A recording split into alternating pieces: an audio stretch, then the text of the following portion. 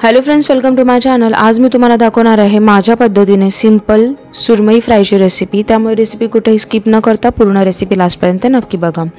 इथे मी सुरमईचे 6 पीसेस घेतले आहेत, त्यांना स्वच्छ धुवून साफ करून घेतलेला आहे। आता मी या सुरमईवरती इथे अर्धा लिंबाचा रस टाकून घेतलेला आहे आणि त्याचबरोबर अर्धा चमचा मी इथे मीठ घेतलेलं आहे। मीठ इथे आपल्याला चवीपेक्षा थोडंसं जास्त घ्यायचं आहे आणि त्यानंतर मीठ आणि जे लिंबाचा रस आहे त्याला व्यवस्थितपणे पूर्ण सुरमईवरती छान लावून घ्यायचं आहे आणि मग त्यानंतर अर्धा तासाला असेच ठेवायचं आहे। अर्ध्या तासानंतर या सुरमईतला जेवढं पण उग्र जे असेल ना स्मेल वगैरे तो सर्व ह्याच्यातून निघून जातो। तर मी आधी ही सुरमई एका प्लेटमध्ये काढून घेतलेली आहे। सुरमई हिला खूप हलक्या हाताने उचलून घेतले आणि दुसऱ्या प्लेटमध्ये ठेवले आणि बाकी ज्या प्लेटमध्ये मी ह्या सुरमईमध्ये मीठ आणि लिंबाचा रस टाकलेला त्याच्यातलं सर्व मी हे जे मीठ आणि लिंबाचा रस आहे एक्स्ट्रा उरलेला तो काढून घेतला। जो सुरमईला पाणी सुटलेलं ते सर्व मी काढून घेतलेलं आहे। आता त्याच प्लेटमध्ये मी पुन्हा सुरमई टाकून घेतली आणि याच्यावरती काही मसाले लावून घेतले। तर मसाल्यांमध्ये सर्वात आधी मी ते अर्धा छोटा चमचा हळद टाकून घेतली, 2 छोटे चमचे मी इथे मालवणी मसाला टाकून घेतलेला आहे, 1 छोटा चमचा इथे मी कश्मीरी तिखा लाल मसाला टाकून घेतला। हा मी कलरसाठी इथे वापरलेला आहे आणि त्याचबरोबर ह्याला व्यवस्थितपणे सुरमईला आता मी या मसाल्यांनी चांगलं मॅरिनेट करून घेतलेलं आहे। सुरमई चांगली मॅरिनेट करून झाली की 15 मिनिटाला असेच ठेवले। आता 15 मिनिटं इथे उलटली होती। आता मी गॅसवरती तवा ठेवला तापण्यासाठी। तवा व्यवस्थित तापला की त्यामध्ये मी इथे 2 चमचे तेल टाकून घेतलेलं आहे।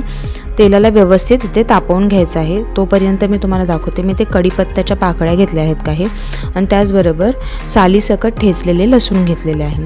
तर लसूण इथे टोटली ऑप्शनल आहे, पण टाकाल तर खूप छान फ्लेवर येतो।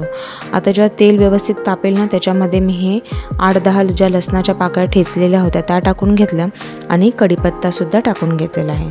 आता ह्याला अर्धा मिनिट असेच मी फ्राय करून घेतले आणि मग त्याच्यावरतीच मी ते सुरमई जी आहे ती टाकून घेतलेली आहे।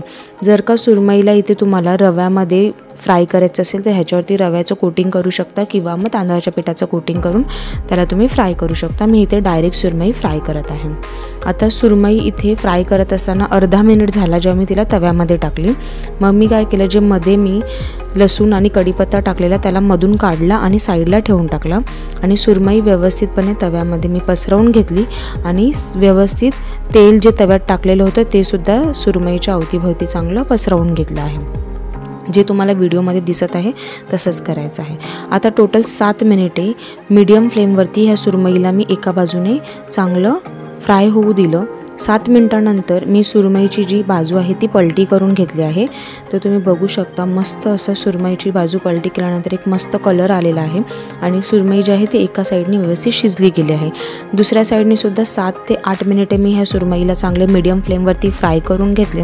आता 14 मिनिटांमध्येच ही सुरमई इथे मस्त फ्राय करून तयार झाली। मग गरमागरम ही सुरमई फ्राय मी इथे सर्व केलेली आहे। तर ही सुरमई तुम्ही डाळ भातासोबत सर्व करा, खाण्यासाठी उत्तम लागते। चपातीबरोबर खावा, खाण्यासाठी मस्तच लागते।